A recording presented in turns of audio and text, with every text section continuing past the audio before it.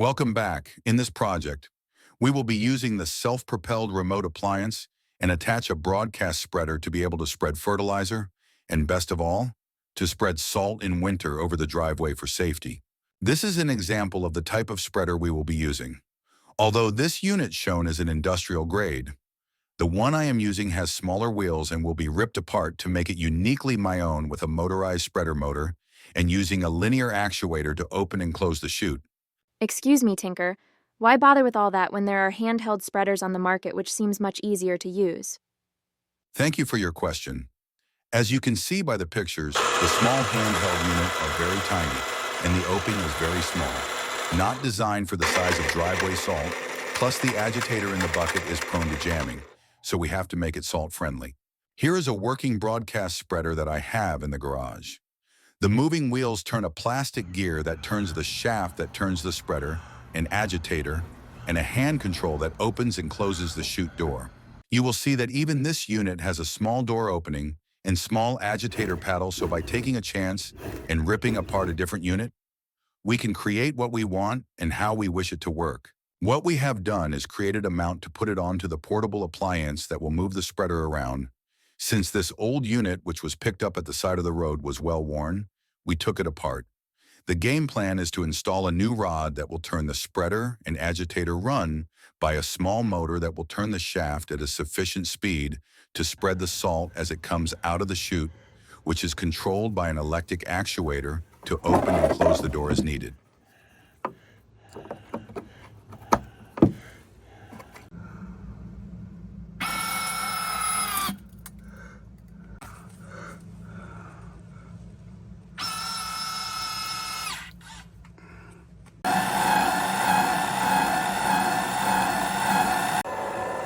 The stilts you see are so that I can remove the unit from the base and place it on the ground or shelf without ruining the spinning disc. The original plan was to use a compact so-called heavy-duty motor, but this motor from Amazon was not heavy-duty at all, although it was a nice size. I ended up using a cheap 12-volt cordless drill I had kicking around, took it apart and repurposed it. It seems to be fine and locked the trigger at a speed I think may work. If not, I can adjust it. To finish the top, I covered the motor with a kid's pail to keep any snow out of the motor. Just for safety, I will be installing this buck power supply that reduces the voltage from 18 volt to 12 so as not to burn out the actuator or drill motor. Next, I have to finish the appliance receiver to accommodate this add-on and install the salter. Stay tuned. Okay, so here the salter is mounted to the appliance and connected to the control box by using a 4-wire trailer harness so I can remove the salter and add something else. The 4-wire is for 2 for the chute actuator and 2 for the motor. The remote control is like my other units, but this one is made using 3/4-inch PVC fittings to accommodate extra switches and 4 more channels.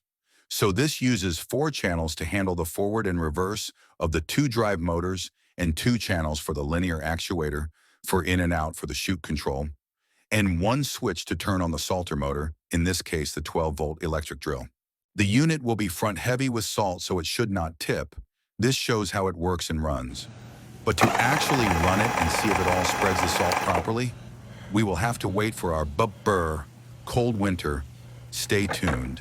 Please like and subscribe if you would please. And look for our winter project, the remote 2-stage snowblower, coming soon. I hope you enjoyed this presentation and hope it gave or gives you some ambition to create your own dream. Until we meet again, I am the Tinker.